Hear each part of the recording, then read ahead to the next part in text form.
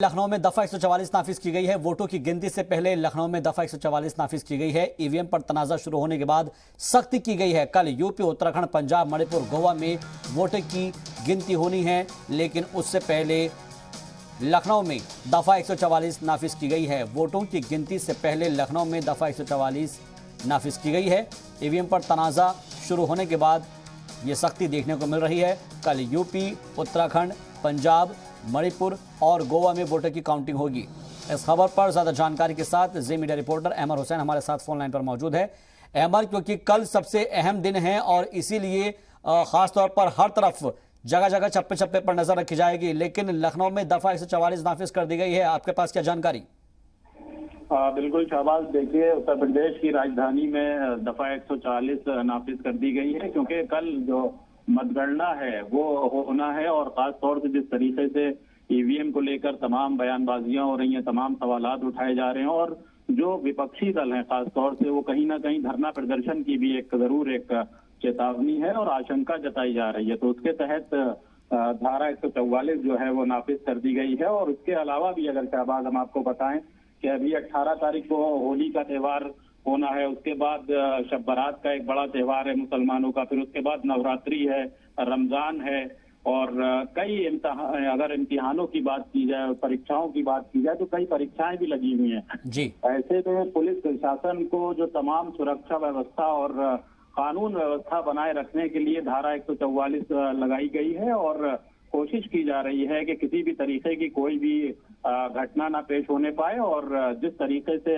जो कानून व्यवस्था बनी हुई है उसको बनाया जा सके और किसी भी तरीके की कोई घटना जो है वो अमल में ना पेश आने पाए। शाहबाज अहमद, इसके अलावा एक चीज ये भी है, क्योंकि जो आपने अलग अलग त्योहारों का जिक्र किया, लेकिन क्योंकि कल से जो तमाम खबरें सरगर्म हैं उसको लेकर भी इंतजामिया बेहद संजीदा है, अलर्ट है और इस तरह की अगर खबरें आती है तो उससे कानूनी निज़ाम बिगड़ सकता है, क्योंकि ये कहा जा रहा है कि अगर काउंटिंग के दौरान कुछ निज़ाम बिगड़ता है तो उसका सीधा इम्पैक्ट काउंटिंग के ऊपर पड़ेगा।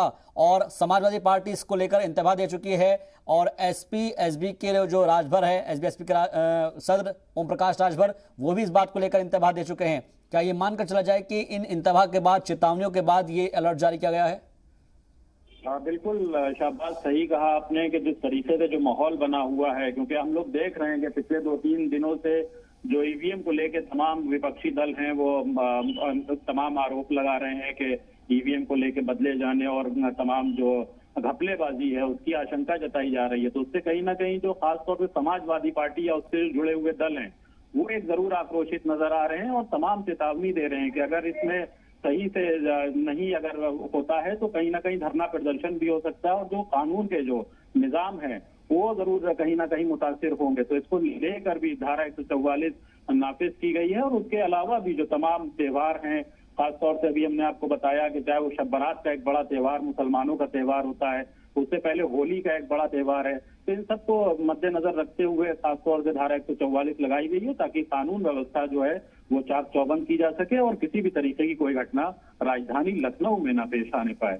एक चीज और समझना चाहेंगे आपसे अहमर, क्योंकि जिस तरीके से काउंटिंग को लेकर जो हम बात कर ही रहे हैं, लेकिन फिलहाल क्या कुछ सूरत हाल वहां पर नजर आ रहा है? क्योंकि कल को काउंटिंग भी होनी है और आप क्योंकि लखनऊ में हैं, उत्तर प्रदेश की राजधानी में मौजूद हैं, क्या तैयारियां मुकम्मल की जा चुकी है? किसी तरह की कोई कोताही ना बरती जाए, क्योंकि अमूमन इस तरह की अगर बात सामने आती है तो उससे माहौल खराब होने का अंदेशा होता है। इलेक्शन कमीशन की तरफ से क्या तैयारियां की जा चुकी है और साथ ही साथ जो पुलिस इंतजामिया है उसी तरफ से क्या तैयारियां की गई है?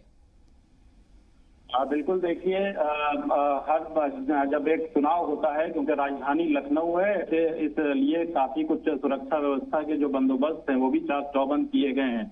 हम लोग कल भी रामाबाई रैली स्थल पर देख रहे थे जहां पर खासतौर से मतगणना होना है और लखनऊ की जो 9 विधानसभा सीटें हैं वहां पर उनकी जो काउंटिंग होना है वो होना है और जिस तरीके से ईवीएम को लेकर तमाम बातें उठ रही हैं तो खासतौर से जो समाजवादी पार्टी के कार्यकर्ता हैं वो बड़े पैमाने पर वहां पे तादाद में वहां पर इकट्ठा हुए हैं और ईवीएम की एक निगरानी के तौर पर वहां पर तमाम कार्यकर्ता इकट्ठा हैं। तो ऐसे में पुलिस प्रशासन के सामने भी जरूर एक चुनौती खड़ी होती दिखाई देती है। उसको लेकर तमाम पुलिस प्रशासन ने जरूर इंतजाम किए हैं।